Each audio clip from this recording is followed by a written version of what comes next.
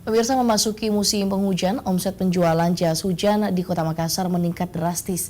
Dalam sehari bahkan rata-rata pedagang mampu menjual sedikitnya 10 lembar jas hujan dengan omset penjualan hingga jutaan rupiah.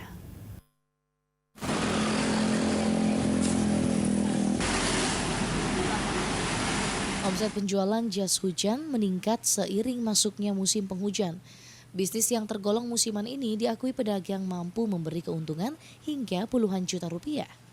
Salah seorang pedagang, Murni, mengatakan sudah 5 tahun berjualan jas hujan.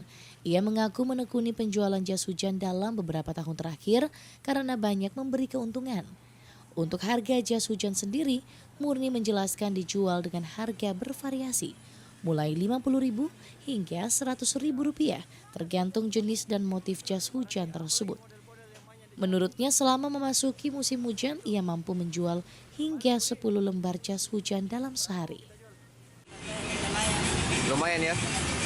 Berapa Bu, bisa kita jual Bu biasa per hari kalau musim hujan? 10 lembar ya.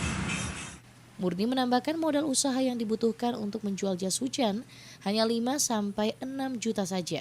Dengan modal tersebut, Murni mengaku meraup untung bersih hingga 10 juta rupiah. Bahkan di tahun 2017 lalu, hasil penjualannya mencapai 57 juta hanya dengan modal 10 juta rupiah kala itu. Sigit Iwantoro, Slebes TV.